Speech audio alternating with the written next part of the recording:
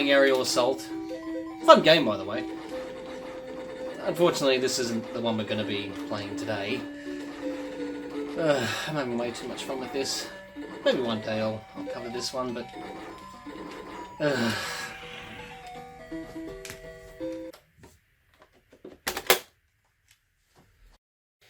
You know, the Sega Master System is probably one of my favourite retro consoles. I'm always looking out for games for it, especially at markets and garage sales.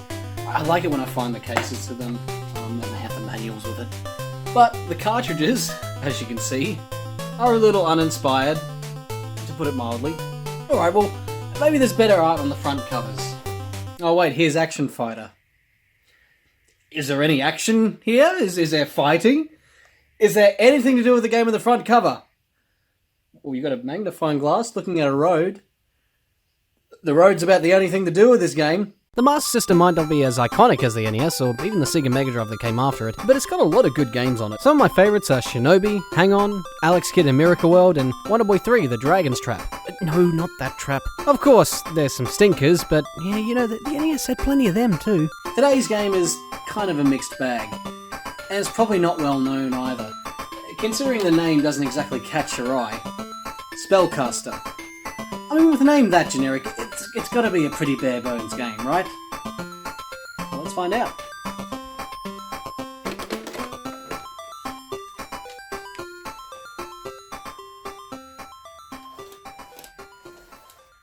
The game itself is a side-scrolling action-adventure with some elements of point-and-click in the bits that break up the gameplay. An interesting concept for the limitations of the console. SpellCaster is actually based on a Japanese anime manga series called Spirit Warrior, known in Japan as Kujaku-o, or Peacock King. Okay, but perhaps SpellCaster isn't that bad of a name. It's generic, but, you know, at least it doesn't sound like a drag club performer. Not that there's anything wrong with that. Actually, Peacock King is in reference to one of the Wisdom Kings in Buddhism, so I can see why they would have wanted to change it in the West, because we really are uncultured swine over here, aren't we? Still, why not just name it Spirit Warrior? Sounds better than Spellcaster, at least. We play as Kane. No, not that Kane. He's known as Kujaku in Japan, and he is the reincarnation of Mahama Yuri. Or is it Mahama Yuri? Huh. He's also the reincarnation of Lucifer. I am second reborn. What's this other bit? Kujaku is portrayed as a non-conventional monk. He likes porn, wait, hang on a minute.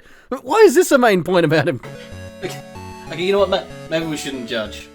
Anyway, we start the game off at Summer Temple with our master, Daikak. What kind of a name is Daikak, anyway? In the Japanese version, he's called Ajari, so I really don't know where the name Daikak comes from. Anyway, Duke Nukem here tells us that Enriku Temple has been attacked and plundered, and we have to help them, and blah blah blah, something about our destiny being bound to these attacks. There's not much else to do here anyway.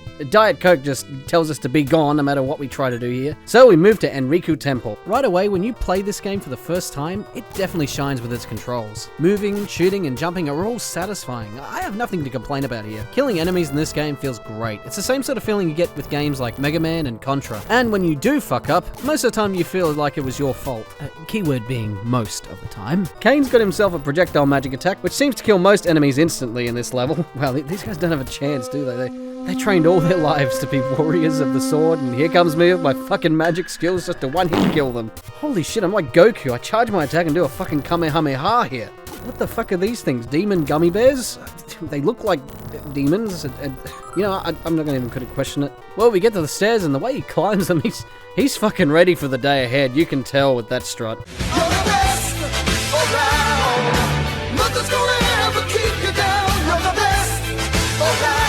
So we make it to the temple, and oh no, you were from Tokak?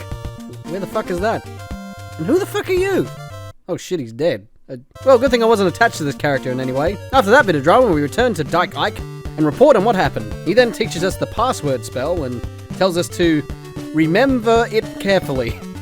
Alright then, I'll remember it carefully, that is. The spell allows us to save the game at any time we are not in a level. The passwords are 24 characters long and consist of both lowercase and uppercase lettering, as well as plus and minus. It's a little tedious, but at least it saves your progress, and that includes where you saved, the amount of energy you have, and the items you've collected. This was very common back when battery backups and cartridges cost quite a bit to manufacture. But one of the more notable examples from this era being The Legend of Zelda on NES. Anyway, my recommendation is to save after every stage, just to be safe. After bosses is good too, and of course when you're done playing for the session.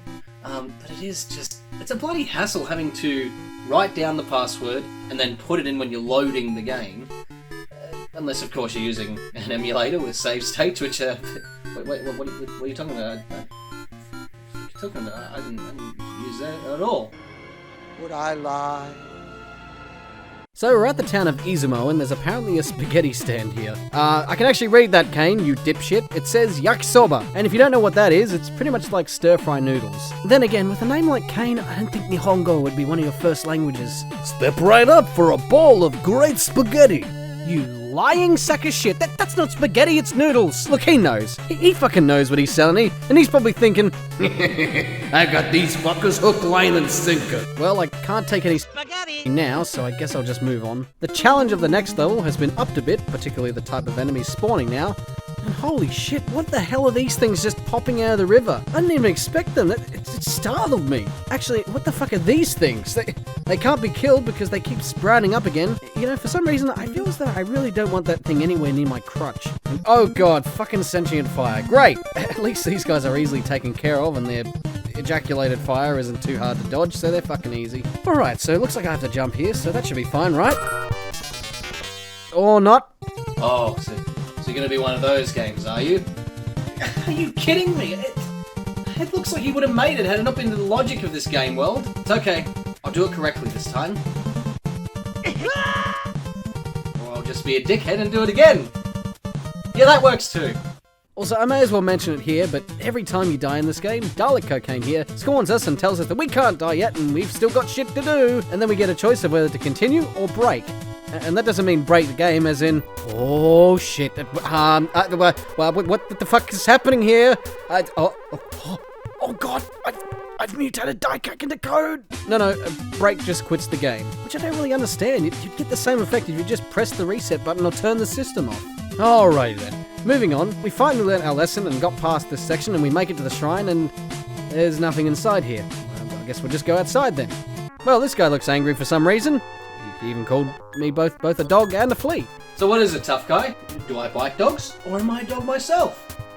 You know what? Make up your fucking mind before you throw insults at people, you wanker. Well, we gots to fight him, and holy shit, he's easy. This guy doesn't take too many hits and doesn't do a lot of damage, despite the fact that I can't jump over his attacks. So we defeat him, take the charm he leaves behind, then return to the town of Izumo, where Kumo here from before gives us his spaghetti, free of charge. Oh. You know, maybe I misjudged him before. I mean, look, it's for free, and fuck me, it's the kindness that counts. It's still fucking noodles, though. That's alright. I'm willing to look past that. Daikatana tells us that we must find the sword of Kusanagi at the Ataro Shrine. To get there, we have to fight through golden jaguar things. Okay, but after that, it's fucking jumping again, and holy shit, is there a lot of it here. It's bad enough that this arsehole now wants to play. Go away! I'm trying to focus here. Alright, I'm up, and... No, you fuck! You little shit, you saw that? I hate that. I hate games that do knockback after damage. It's in some of the best games too. Castlevania, for example. Why did developers want to torture us so much? It's alright, I'll just get back to where I died. Oh, fuck. I never learn, do I? It's alright, I got past it this time. Okay, and I'm a dickhead. Take 4? Fuck you, I don't have to deal with your shit. Wait, no! Oh. Okay, maybe we do need to deal with this shit. Okay. After that nonsense and trying not to fuck up again, we get to the next shrine, try to take the sword, but some guy named Jukak stops us. And oh dear, he's fucking easy. Just like the last boss. He throws cards in the ground which spawn demonic rats, I guess? And then Jukak decides to stop the fight because we are persistent and Kane says nothing. Even though his mouth just fucking moved. Turns out the sword's fake, which we take anyway, and he just leaves to go jerk off somewhere, and we never see him again. There must be some great fucking porn he's watching. And so we return to Summit Temple, where Dick Tracy tells us to go to Mount Miwa, which is a real mountain in Japan, actually. And there, a suspicious old woman is here waiting for God knows what. So we use the fake sword on her, and there's a blinding flash which... Oh, God! Fucking seizure-inducing moment here. I'm not even joking. The screen flashes like a strobe light. Was that really necessary? Blinding flash? Yeah, more like fucking knockout flash that causes possible seizure. I'm not going to show the thing in full just in case someone has visual epilepsy. Fucking hell, it hurts even my eyes. Anyway, whatever the fuck that sword did, it turned the old woman into this. Yeah, I don't fucking... It looks like it's either a fucking Power Ranger villain or a really flamboyant Transformer. And just like the bosses from before, she's a cakewalk to beat. And after that little distraction, there's a little bit of platforming involved here, and avoiding the odd enemy, or 7. Avoiding this boulder, which loves to traverse this bridge for some reason. So it's pretty straightforward. All you gotta do is... Fuck. Well, apart from that, it's straightforward. And then after you reach the shrine, you face off against Wakahito. Guess what? He's bloody easy. With a few well-placed pew-pews, he's down in a couple of hits. Oh boy, I wonder if this is going to be a pattern in the game. And just as I say that, the next shrine's boss seems to have caught wind that all the other bosses were pushovers, and so he ups his game and becomes the hardest thing you've had to contend with, apart from the platforming. His attacks have a wide range, which if you're not in the right spot, you will get hit. He also seems to always come up from under you, like he predicts where you're going to be. Maybe I'm just unlucky, but for fuck's sake, give me a break at least. His pattern is easy enough to figure out. You just have to pump him full of magic when he comes into your line of fire. But you just keep dying, and dying, and fucking dying, and fucking dying, and having to see the decaf coffee here try to motivate you with the same fucking lines he used the last 50 times you died. At the very least, you don't have to worry about going through the previous level again, and you just spawn back at the boss fight, but his health resets every time you come back to life. Now, it is possible to beat him without using any of your spells and wasting your precious energy, but if you have to, you can just use the Mars spell. And yes, Mars is in the Roman god of war.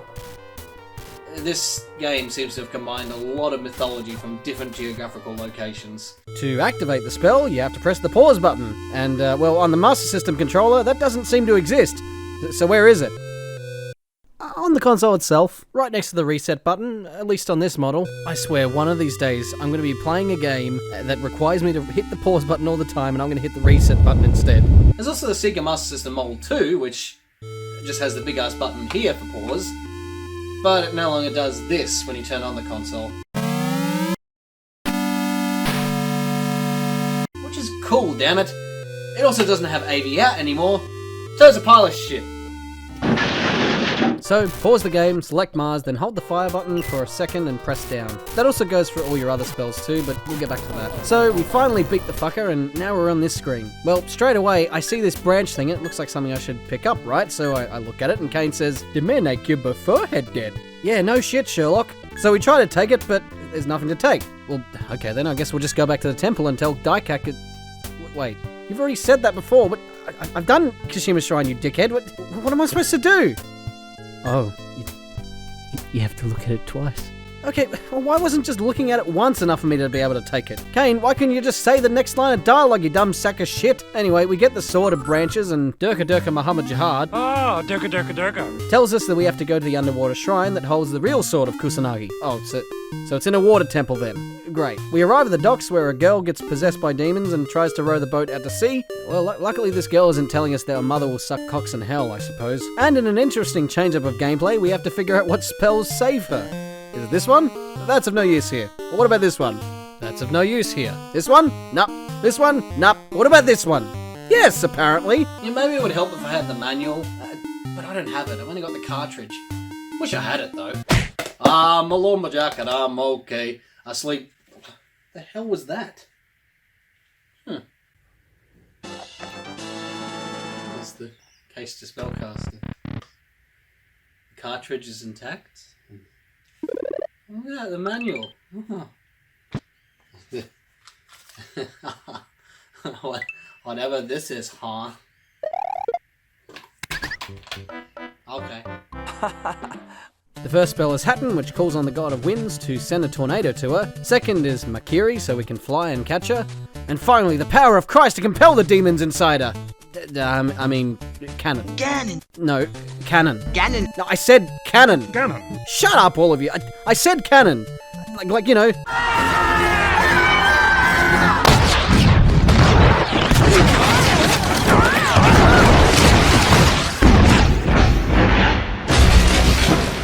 Stop blowing holes in my ship! My point is, cannon does not sound like a spell that returns the walking dead to the underworld. Anyway, we save a girl dressed in Sailor Fuku named Midori. She takes us to meet her Granddad! and then we proceed to eat their dinner. Those poor fuckers, you're gonna let me eat all your dinner? That's a bad idea. Whatever, let's grab our sailor's cap and get out to sea to tackle that water shrine. Oh, an evil spirit appears suddenly. Yeah, more like a... Spooky, scary skeleton samurai ghost head. This little section of the game turns into something like a turn-based RPG. You get hit, you lose health, and it tells you how much you lose. It's actually quite interesting. But don't bother trying to kill it. None of your spells or items work on it, so don't waste your time like I did. Just move to the right and pay no attention to any of the jack skeletons here. Now you have a map that you can check to see where you are. It's a 5x5 grid map, so it's easy enough to follow. All you can do is use the move command of front, back, left and right. There's also jump in the ocean, which most of the time there's nothing, and it's tedious checking every single fucking screen. You're not going to know where to go at all, and you more than likely hit these strong waves, which will prevent you from going anywhere but backwards. And there's nothing you can do about them at the moment. It got to the point where I drew my own map, and this is the first time I've ever actually had to do that for a game. And you know what? I can't get pissed off at that. It gave me sort of a connection to the game world. What I did was just mark what was and wasn't there. I even made a legend too, which ended up looking like this when I actually finished the whole thing. I dived into the water on this one square to find this monk playing flamenco on his Spanish guitar. Alright, it's a loot. The manual even has it illustrated. But still, what the fuck is he doing under here? And so nothing will kill him, and you're not supposed to kill him anyway, and if you didn't figure that out in time, you'll discover that you can die here. What you're supposed to do is use cannon to settle his spirit, and then you can grab his booty. Loot! Fuck. I also jumped into the water on this screen, and oh my god, what the fuck is that? That's the fucking Seaman! Hello, my name is Leonard Nimoy. Welcome to the laboratory of Jean-Paul Gasset. He fires little seamen at me until we manage to kill him, and then he leaves behind braces for us. It was called a manfish all along. I guess I was close with the Seaman comparison. Okay, I don't know where to go from here. I've searched every single square, jumping into each and marking it, avoiding the spoopy skeleton ghosts, and according to the map I made, this square here seems to be where I need to go, but I can't get past the choppy water, so what the fuck do I do? It's at this point that you can either spend hours trying to figure out what to do here, maybe take a random chance on something that wasn't at all obvious, or you could just give up and never play the game again. If it was the late 80s, that is. But since we have the privilege of living in the age of the internet, we can just search for a walkthrough on Google. And I found this one, written by Terry Senshi. Oh, that's a good name, mate. And I was in my second year of primary school when this person posted the walkthrough to Game Facts. Yeah, I'm just gonna let that sink in. Now guess what? We missed an item. What is this item exactly? X-ray glasses. Apparently. What do they do? Fuck all, really, but let me explain. To get them, guess what you have to do? You see that little building there? That's a boathouse. You have to look at it. Now, you'd think that would be enough to be able to go inside, right? Nah, because this game just loves to be fucking cryptic. You have to talk to Midori about the boathouse, then you can enter it. And, well, what the fuck's in here? Nothing. If you somehow discover this without the walkthrough, you just assume there's nothing fucking here and just go on your merry way. And what you're supposed to do now is go back to Grandpa, talk to him about it, and when you go back to the boathouse, the X-ray glasses have suddenly popped into existence while we were gone. Wait, what the fuck is that thing? Is that the case for the glasses? Even the manual illustrates it as such, but... what the fuck? That's not glasses, that's a fucking periscope. Why the fuck did I need to do that? And why can you just have the glasses there when I first went inside? Instead, you had me go back and forth on a quest to find out the mystery of the... you know what, fuck it. And what do these glasses do? Nothing. Well, I mean, I guess it saves Kane the effort of jumping in the water, and it either tells you something is down below or not. And I timed both methods. It takes almost the exact time to use your X-ray glasses as it does just jumping in the water. In fact, if there is something in the water, it's better to just jump in anyway. What is with this game and making you do unnecessary shit to progress? Waste of your fucking time, really? My advice, save your time, don't fucking bother with the glasses. Let Kane deal with jumping in the ocean and getting wet. He's a big boy. He can handle himself. Now, I was wondering what the fuck the loot was for, and the loot is the thing that puts the spirits to rest and calms the waves. Why did I not think to use the fucking loot? I guess because loot and fighting ghosts in the same sentence just sounded absurd to me, and I didn't think outside the box on that one. Neither did I think it would calm the waves, and if it was obvious to you, well, you know what? I guess I'm just a dickhead then. And I'm no stranger to playing magical musical instruments. I mean, there's the ocarina, for example.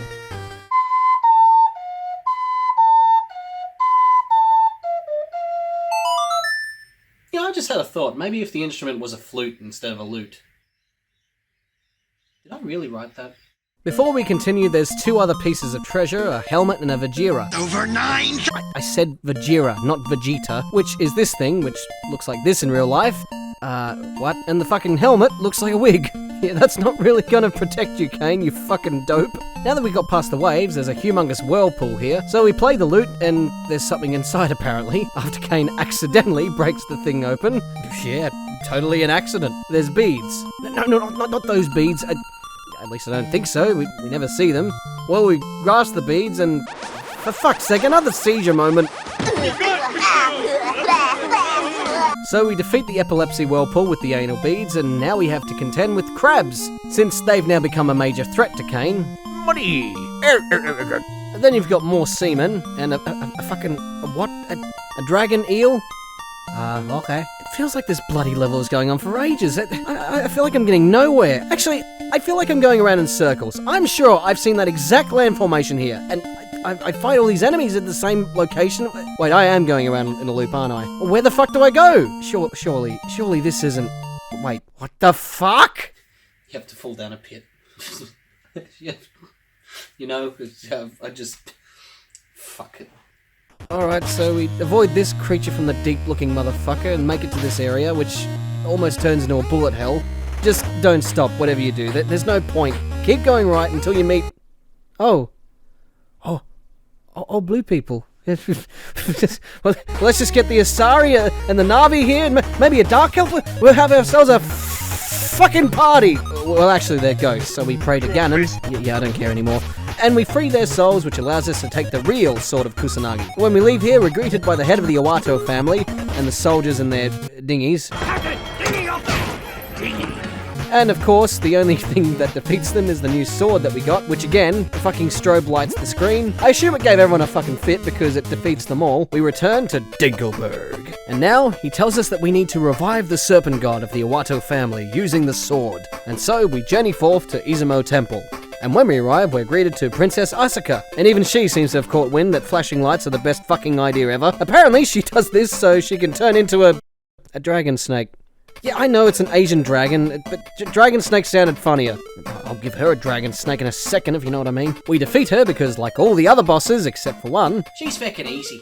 Then a guy named Shimazu steps in and allows us to talk to him. He trusts us and wants to know what the hell is happening, probably just as much as blank-faced Kane here does. And then they disappear. Okay, well you could have just walked outside like normal people, instead of just...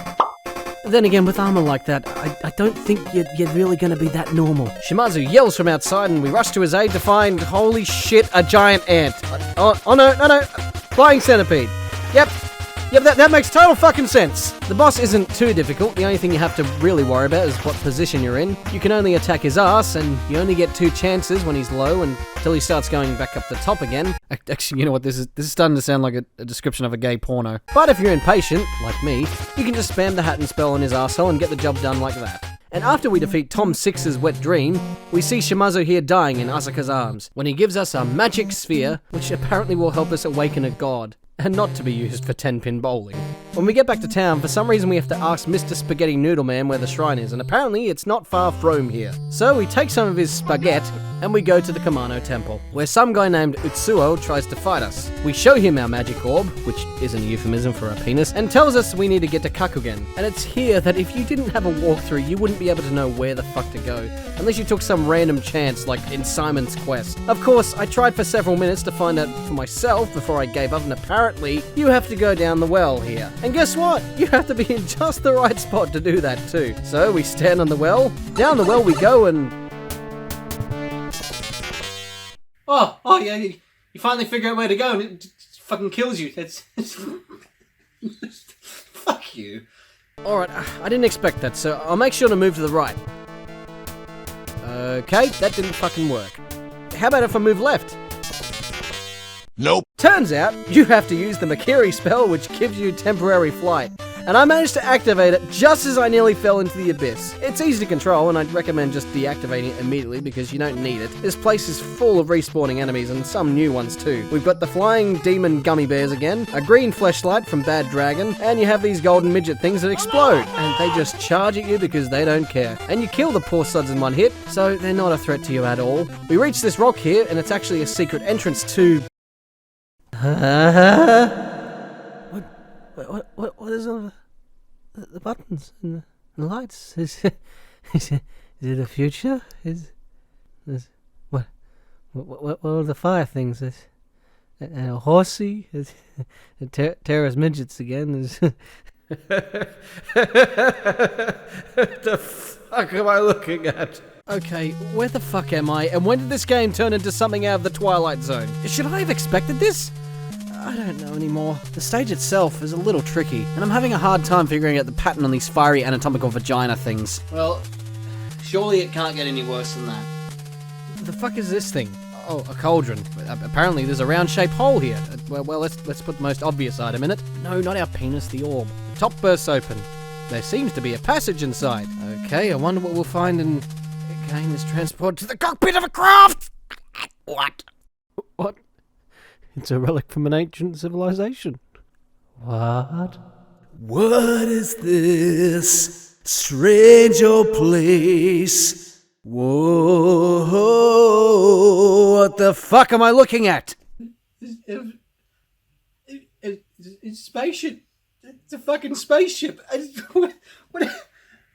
What the fuck? I'm serious. I didn't see this coming. It surprised the fuck out of me. I mean, at first, I thought the game was set in a fantasy medieval Japan. At this point, I've got no fucking clue where it's set. Maybe it's, in the weird alternate future, or maybe it's set in the past with sci-fi themes. I really don't fucking know.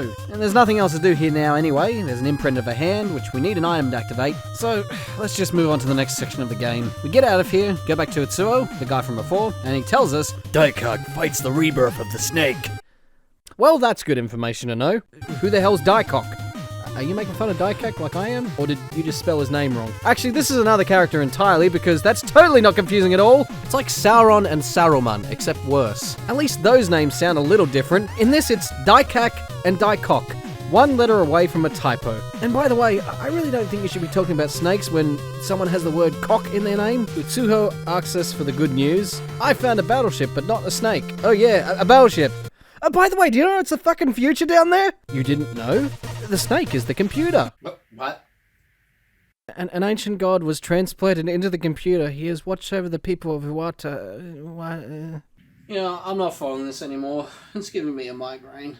So the walkthrough suggests that I should stock up on energy before the next level, and, I don't think I have to. I'm sure I've got enough. I barely use it anyway. Plus, I don't have the patience to grind for potentially an hour or so just to get 999 energy. I tried it for like 2 minutes, and that was enough for me to know I was not going to do that for any longer. I mean, what I've got at the moment should be enough, right? Oh, shit. This level means business then. Look at all the fucking lava here. And with all the enemies flying around, coupled with the fact that this game loves knockback after damage, and you got yourself a cock-sucking motherfucking dick cheese! You know what? This level is the hardest in the game. It's fucking amazing how much of a contrast this level is compared to the other stages in the game. The way to traverse through this stage is to fly with the Makiri spell, which runs out eventually, but you can activate it again if you're quick enough. Also, every time you get hit, the spell deactivates too, and if your reaction time isn't on point, you'll end up— fuck you, you little arse nugget! And you see that?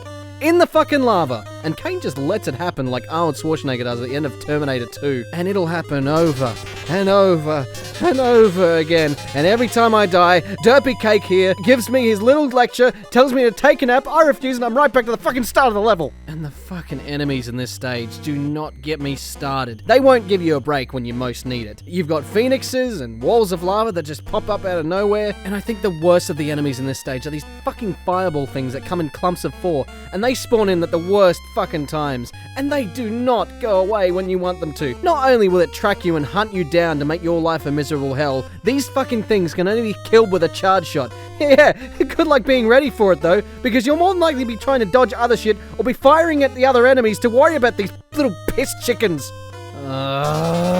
Holy shit, I've got 27 energy left. I used to have 262, but thanks to all of these wankers, they've nearly stolen every last bit I had. I may as well use that 999 energy password that's just here in the walkthrough. I need it at this point. But it's not like it's going to make much of a difference anyway, it just means I can fuck up for longer. Oh, fuck! Oh, wanker sauce. God damn it, I didn't do it! Fuck! Oh, what a dick biscuit. Fuck you! I was so close! Oh, you fucking... Fuck! Fucking... This is bullshit.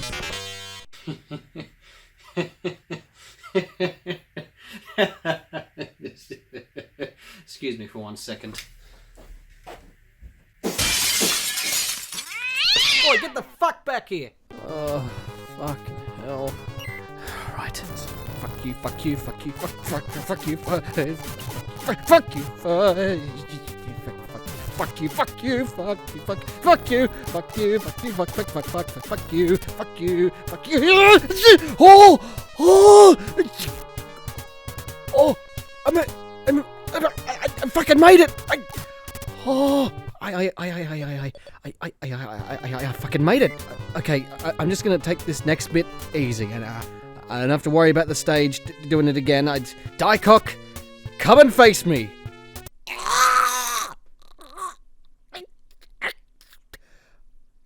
Okay, that's a xenomorph from Alien, except he's been bleached. Named Kezius or Jesus. I don't know. You are practices of magic? Don't you mean practitioners, Kane? You dumb shit. You don't know what the fuck's going on here, do you? Do you seriously not see the fucking what that fucking thing is? You know, H.R. Geiger better come back to collect his fucking rejected costume from the Alien sequels. Yeah, he's got wings. Okay, fucking snake comes out of his mouth. Fires red lightning. I've got nothing else to say. Then we kill him because he's fucking easy. I come to expect that now. Diecock, do not let Kane live. He hinders us. I guess now we're gonna meet. What the fuck? That's Diecock. That's Diecock. That's Diecock. Someone please explain to me what I'm looking at. It's a fucking space-age golden mutant robotic Yoda crossed with a Tarsier. I don't know if I can even combine that many fucking adjectives in one sentence. So he wants a piece of our ass, of course, and the only way to damage him is to shoot his eye when it's open. Charge shots are the best, but it's hard enough to do when you have all these turds firing lasers at you. Now, you could just spam a spell like Hatton, but you may as well keep your Mars Bar spell ready so you can heal yourself. When we finally defeat him, he leaves behind his hand, which, if you remember, inside that spaceship, there's a slot for that. Well, we have to go back there and activate it, which strengthens us and gives us a quick seizure, because of fucking course it does. And we are transported to a pyramid, which we now have to figure out how to get inside. And doing this without a walkthrough would have been so tedious because I never would have figured out all this shit. Well, first we need to go inside this part to get the golden head of the pyramid. You know, the same one at the end of Mummy Returns, the one that Jonathan takes. We contend with minotaurs that can't hit you even if their life depended on it. The poor fuckers still try though. And then you have these fucking things which look like... Actually, I've got no idea. I'm running out of imagination for this game. A fucking prawn crossed with a baby xenomorph? I don't know. I've got Alien on the mind after the last boss battle. Oh no, not again. Anyway, now that we're inside the pyramid after flying to the top and putting the pyramid head up there, we discovered this place is a fucking maze of rooms and stairs that go to different floors magically. And if you didn't need the walkthrough before, you'll need it now, because if you don't have any knowledge of which doors to go through and what stairs to climb, what bosses you have to defeat, and what items to collect, then you're going to be stuck here for potentially hours on end trying to find everything, including the exit. There's long-ass rooms that lead to nothing, there's pointless rooms with nothing in them. Even the map in the walkthrough is a little confusing to follow at first, but it's not the walkthrough's fault. The way this maze works is not like a normal building, and I suppose that's the point really. But for example, the first room alone you can access rooms 2, 3, 5, 12 and 9, and from what I can see with the map in the walkthrough, the stairs indicate the floors and there are 4 all up, divided by those rooms, but even then it's all fucking confusing, even with the map. Items are hidden in areas you wouldn't even think of checking, especially when you have to do this sort of jumping off the edge of this block and firing at the right time. Of course you need the Warhammer to break the walls, which you get by defeating this fucking thing, a flying chimera. You have the same enemies from before, except there's some new ones thrown in. There's these guys, which are similar to Medusa heads in Castlevania. There's these bloody worm things that come around every once in a while, and tiny suns that throw their fire slowly at you. Yep, this entire stage is full to the brim with enemies that do not want you to live a carefree existence. Using spells to kill things in this stage is probably the most efficient, but every now and again I have to keep using Mars to heal myself. Sort of cheating death in a way. Well, I mean, it's not technically cheating, because it is in the game as a normal ability, and I suppose I could just make it more challenging by refraining from using any spells. But the thing is, I'm not a masochist, so there's that. We fight our way to find the trident, which is hidden on the Buddha statue. Do you see it yet? Now, if you didn't know, you would think it's just a part of the background, wouldn't you? The next boss we have to face is a fucking eyeball walking on its tentacles. Alright, now, you know what? I've had a fucking enough of this shit. No, I am noping out of this. You know what? Fuck this game. Fuck it.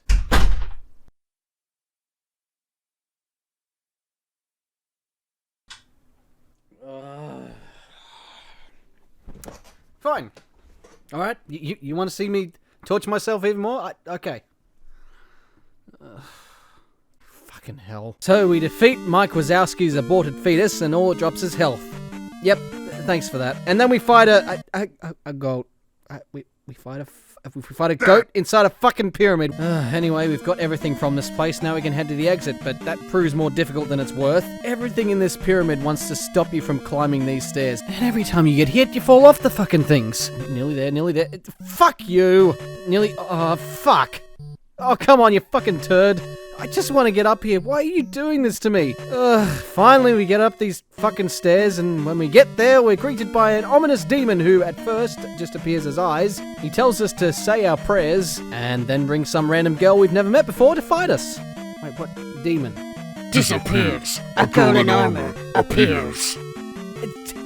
Did the translators even proofread this shit at all? Anyway, we don't fight her, we just talk to her 4 times to free her mind, and then she restores our strength. And after a few poorly written lines of dialogue, it's time to... What the fuck is this? What is it? I'm serious, what the fuck is it?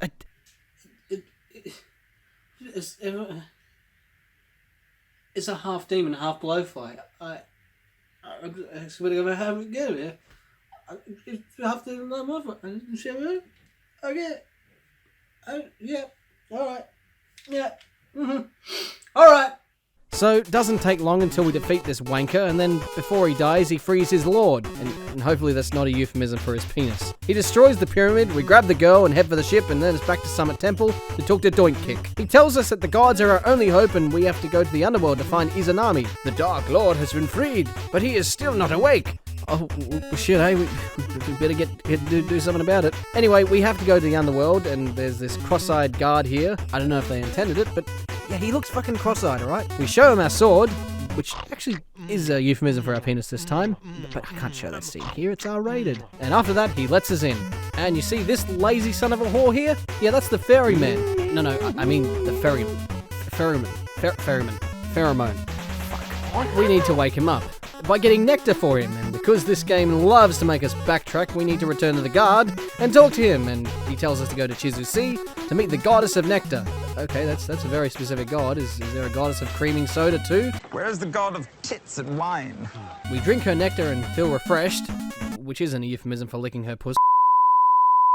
So we take some nectar to him, and now we can cross into the hellish landscape of Yamotsu. And already we encounter this bastard here, which if you hit him, he multiplies into the little bastards. If you charge your attack, he dies instantly, but good luck with that. It's more efficient and less of a hassle just to keep firing, because you are not going to have enough time to charge up when you have all this shit to worry about coming towards you. And it's at this point in the game where I'm not even going to fucking bother trying to figure out where to go for hours. You have to go back and forth between areas, and you have to deal with annoying as shit enemies every time. You know, I'd rather get run over by a truck for 30 minutes until my body looks like pasta.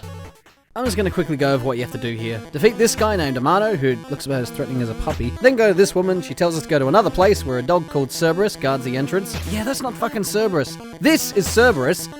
It's just an ethereal wolf with horns and what looks like a snake growing out of its head. Backtrack again to Amano, and he tells us to search for a harp. So we go back to the fucking start of the area, back across the sea to Toki Fields, where a giant lump of crusty shit lies waiting for us to break. But no, we can't just break it. What a fucking surprise. It's not like Kane has all these spells to use in the rock. Yeah, nah, they're not powerful enough apparently. So go back to the ferryman, talk to him so we can take his ore, break the boulder, and finally we can get the fucking harp. It's called the Harp of Amano, which according to the manual is sweet music from a land down under. Did they know? Did they intend for it to mean what I think? Excuse me for 1 second. I feel like having a Vegemite sandwich and a bowl of Weet-Bix for some reason. So we do all that, and before we go, we have to get taught how to play the fucking thing by the Nectar Lady. Fucking hell. And finally we traverse back to the doggy. And then the guy comes out and what do you know, tells us that we need a sword from the God of Thunder. And yes, we have to backtrack again. So, back to the ferryman and talk to him, and then all of a sudden you're transported into a boss fight against a bunch of demon heads. You know, compared to the last bosses I've faced, this is pretty fucking normal. So you just keep destroying each head one after the other, and you'll end up with... Wait, where are you going? I can't hit you from up there. What the fuck? Where'd he go? Is he gonna come back? What do I do? Is he gonna come back? Hello? Where the fuck did he go? Was that a glitch? What happened?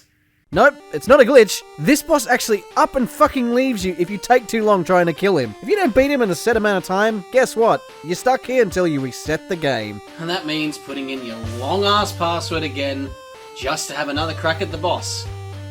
If you saved before the fight, that is, which I didn't. I saved after I got the nectar from the woman because I didn't know I was going to be locked into a fight that would... If I didn't win, I'd be in fucking perpetual limbo. I had no indication of that. The ferryman didn't even ask me whether do you want to save? I didn't know. Not even a second conversation with him. Just straight into the fight. And that means I have to do the whole back and forth through that hellhole again, fetching this piece of shit for that piece of shit.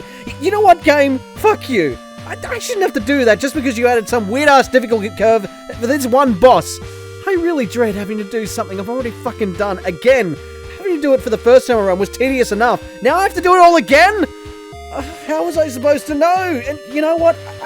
I prefer not having to keep writing down a fucking password, and really, the game gave me the impression that I only needed to when I was done playing for the session. Well, I go through all that shit again. I make sure to save before the fight, and what do you know? I just spam Hatton and the boss is dead in a few hits. You mean I could have just spammed my powers at him the whole time? What the fuck? You know, I can't even muster the fucks to give about this anymore. Next part of the back and forth journey, return to Dumbledore and show him we've got the sword, then go back, talk to Wankface here, and finally we can traverse to the end of the fucking stage, where we have to find the pedestal with no sword, put the sword in and have another fucking seizure, then fight Demon Medusa. Yeah. I don't fucking know anymore. Oh, but wait! There's more! Return to Izanami, show that we acquired the mirror, and now she tells us we have to defeat the Dark Lord ourselves because we have to unlock through our destiny to spellcast the fucking... I don't fucking care at this point. I'm just happy to be fucking out of here. And so, we return to Duckkirk for the final time, and he takes all our items because where we're going, we don't need roads.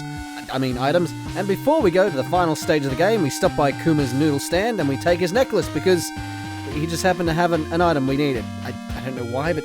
You know, this guy is way too nice. At this point, we're just taking advantage of him. And we also take some of his spaghetti. Anyway, we go to the Kashima Temple, give ourselves the final seizure of the game. We awaken the Dark Lord, which apparently is a bunch of dragon heads. And then it's on to...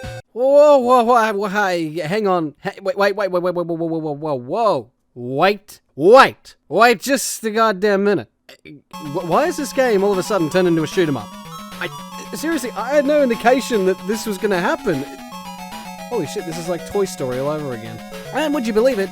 It actually has decent controls. It's not amazing, it's no Scramble Spirits or Power Strike. Hell, it's not even like Astro Warrior, an early and simple Master System shoot-'em-up. There's no enemies to contend with, just a bunch of mini-bosses. Kind of a shame, really. I would have liked some smaller enemies to shoot at. First, we've got literally the devil himself. Yeah, I'm just gonna accept that. At least it's not too weird. And we defeat him quite easily, too. Second is,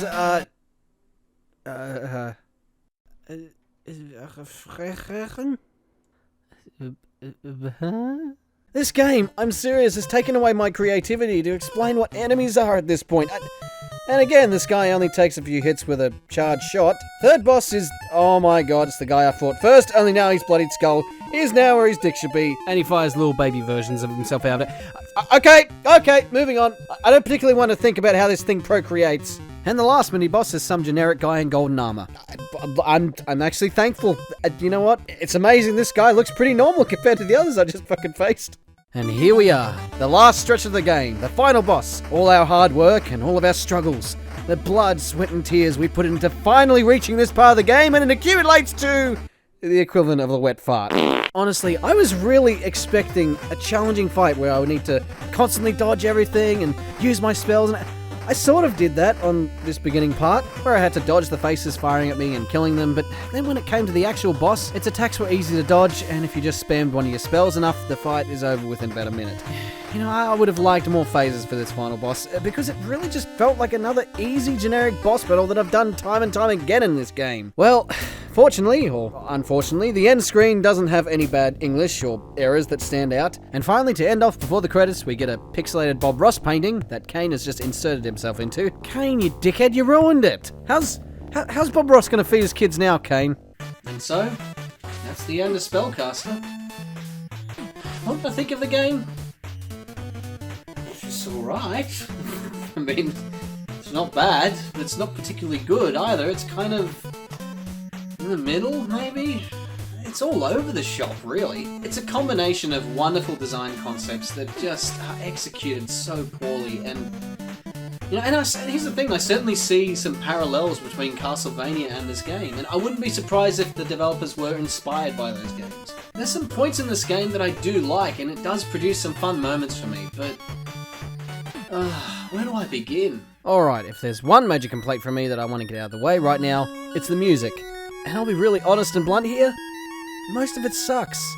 At least in my opinion. I mean, I have no doubt someone may like the music in this game, and to each their own, but to me, it just sounds so uninspired. There's no memorable melodies in the game that really stand out and make me say, yeah, that song is awesome. It's just not the same as a game like Wonder Boy 3, for example, which has some excellent music, I gotta say. Also, I should mention this, and it's probably no secret anyway, but all the sound and music recorded in all the footage was all done on an emulator that had the Yamaha 2413 FM chip enabled. So on my actual Master System, the music sounds different, and in my opinion, worse. Mind you, the Master System isn't well known for the music of its games, and like I mentioned before with Wonder Boy 3, there are a few good examples of great music in Master System games, but compared to Nintendo's vast library of soundtracks, it's mountainous in comparison. In fact, most of the music I've been using in these two videos are either from NES games or 8-bit covers. But we don't play games just for the music, it's the gameplay for the most part, and quite frankly, this game has a lot of issues with pacing. And I'm sure it was to perhaps pad out the game and make it longer, but the whole going back and forth, go here, look at this twice, to get this item, and so that you have to go back here and use it, and talk to this person 10,000 fucking times, is a bit of a chore to do. And they should have seen the problem here back when they made this game. Most of the bosses are either too easy or have some weird pattern that can often be beaten by just spamming one of your spells, not to mention the fact that the bosses in the later stages are just, what the fuck were they thinking? I'm sure they were on LSD when they came up with the designs for them. And then again, this is a Japanese game, so maybe I should have expected it. But it's not all bad. Like I said in the beginning of the last video, the game has decent controls, and I really do think they nailed that feeling of fun for shooting your enemies. And I also like where they were going with the point and click segments. I love point and click games, and I see what they were trying to do. They just didn't do it right, that's all. Also, in these screens, there's interaction with the game world that wasn't seen in a lot of console games during this time period. Especially with the elements of storytelling involved with the dialogue, it certainly makes for a brilliant combination in genres. The only real downside to that being the story just did not interest me very much at all. I got confused a lot of the time, and I'm not sure if it's because of the poor translation, or because the story is just a little convoluted and silly to begin with. I don't know if the game is its own thing, or this is actually how the anime and manga play out. You know, I may as well talk about the manual now, because when the hell am I ever going to talk about it again? This manual actually has a lot of information on the game, not just an introduction to the story, but also a means to help you with the game a bit. The explanation for what the spells do are here, of course, and as well as a few interesting pages that made me laugh. Looking at this section labelled Your Friends, apparently Kane is his own best friend, which is a little bit sad, but then again, he does like porn. Give your meat a good old rub.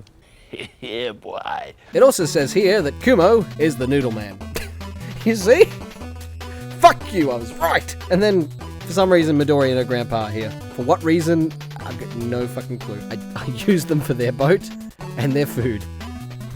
Why do they get a fucking entry in the manual? It also gives us some helpful hints, which I'm putting in quotation marks right now. And there's this gem. If you get stumped for what proper course of action to take, try talking to Kuma or Daikok. You know, throughout this game, I was taking the piss out of Daikok's name, and even the fucking manual does it. Oh, Daikok. Daikok was the boss I faced. You see, even the translators got confused by the names they gave the characters. Also, there's a map in here that shows Japan. Wait, I mean, I think it's Japan. It looks like the Japanese archipelago. All the main islands, except for Hokkaido, are there. And there's what looks like Mount Fuji. This little bit of writing up here says Nihon, but I don't know what the second bit says, and Google Translate isn't much help. I asked a Japanese friend, and even they didn't know because the kanji isn't used in modern Japanese. Well, it's all over with now. At least I can say I completed it. You know, I have the itch to play my Game Boy all of a sudden. I think I'll do that. Anyway, stay safe and have a nice day. Hello there, Sean the Extra Guy here from the future, 5 years in the future to be exact, and thanks for watching the complete parts 1 and 2 of Retro in Review SpellCaster. Now, of course, 5 years ago when I first made this series, it was just called Review Retrospective whatever the hell, and that was the name I stuck to for like a couple of years, until recently. Now we've got this name, this is what the series is called, Retro in Review, and I'm pretty happy with that name, and I'm going to stick to it. So this is something that's technically been on the back burner for about 4 years. I started the actual process of combining parts 1 and 2 about a year after the videos came out. It just sort of sat like as a Vegas project file, and so now I just thought 5-year anniversary, why not? It was just a simple like combining of parts 1 and 2. I didn't George Lucas too much of this stuff. I think the only significant change is maybe the edited Pirates of the Caribbean clip, because it got content claimed by Disney. So yeah, hopefully this time it doesn't get content claimed, because screw fair use, that doesn't exist anymore. And other than a few like minor fixes here and there, there's not too much different from the originals. Look, I swear to God, I'm not Juge Lucas. I guess that's Jewish George Lucas. Anyway, so of course, if you like the video, you know what to do. Comment below, like, share, subscribe if you haven't already, and also check out my Twitch, because I do a lot of streaming, and I've been doing that a lot lately. But also, stay tuned, because I've still got Retro in Review, Toy Story 2, Buzz Lightyear to the Rescue. You know, somehow that all rhymed, and that was completely unintentional. I do not like green eggs and ham. I do not like them, Sam I am. And of course, check out the other Retro in Review videos. They're all in a series. I've released quite a few of them. Not as many as what I've liked, but hey, if you like this, check out more. Thank you very much once again. And of course, as always, no matter where you're in the world, no matter what time it is, stay safe and have a nice day.